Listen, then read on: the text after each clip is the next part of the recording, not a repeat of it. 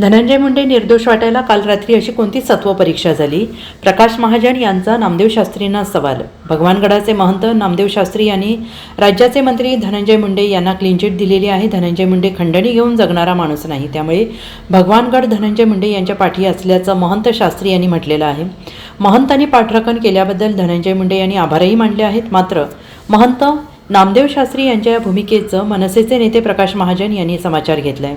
पंकजा मुंडे यांना भगवानगडाचे दरवाजे बंद करण्यात आले होते. राजकारण नको म्हणून त्यांना दरवाजे बंद होते. मग धनंजय मुंडे यांची पाठराखण करण्याचे कारण काय?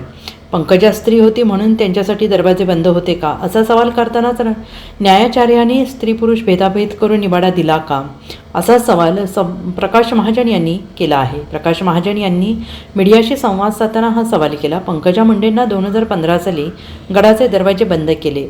मग आज असं काय घडलं की गडाचे दरवाजे उघडले गेले? पंकजा एक स्त्री होती, अबला होती म्हणून दरवाजे बंद होते का? म्हणजे न्यायाचार्यांनी स्त्री आणि पुरुष असा भेदभाव करून निवाडा दिला होता का, असा सवालही करतानाच शास्त्रीजी राजकारणात आले याचा आनंद आहे, मात्र वाईट वाटले की भावाला एक न्याय आणि बहिणीला एक न्याय दिला गेला, असा सवाल प्रकाश महाजन यांनी केला आहे.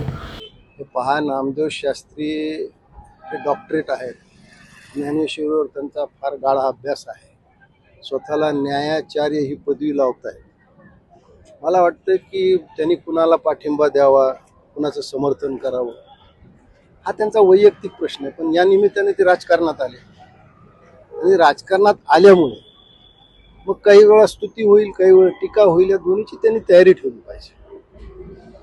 नामदेव शास्त्रीनं धनंजय मुंडेला पाठिंबा द्यावा का, हा त्यांचा वैयक्तिक प्रश्न. पण मला थोडं इतिहासात गेल्यावर असं लक्षात आलं की 2015ला पंकजा मुंडेला गडावरून राजकारण करायचं नाही किंवा गडावर राजकारण होणार नाही म्हणून स्वर्गीय गोपीनाथराव मुंडेनं जो दसरा मेळाव्याची परंपरा घालून दिली होती, ती परंपरा त्यांनी खंडित केली. तर त्यांनी काय सांगितलं की गडावरून राजकारण करायचं. आज 10 वर्षानंतर अशी काय घटना घडली की गडाचे दरवाजे हे राजकारणासाठी उघडे झाले? हा माझ्यासमोर पडलेला एक फार मोठा प्रश्न. मी त्या सगळ्या गोष्टीचा साक्षीदार आहे. म्हणजे 2015ला पंकजाला कसं गडाच्या पायथ्याशी गावा लागला, मग तिथं काही गोष्टी झाल्यावर 2016ला तिनं पुन्हा कसं सावरगावी संत भगवान भावाच्या जन्मगावी मेळावा घेतला आणि तिथे ती परंपरा चालू आहे. मला हा प्रश्न पडला की ज्या गडाने पंकजाला टाकलं, एकटं सोडलं आणि त्याच गडाच्या, त्याच भगवान बाबाच्या लाखो लाख शिष्यांनी, अनुयायांनी तिला तळहातावर उचलून घेतलं ना.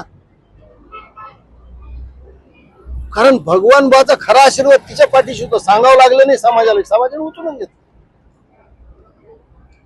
आणि आज महंताला असं आव्हान करावं लागतं. आणि आव्हान करणं हे मला त्यात वावगं नाही, करायला पाहिजे, करा, ठीक आहे. पण मला हा साधा प्रश्न आहे की केवळ पंकजा ही महिला होती, ही अबला होती म्हणून तुम्ही तिला तो न्याय नाकारला का? तू मेळावा करायचा अधिकार नाकारला का?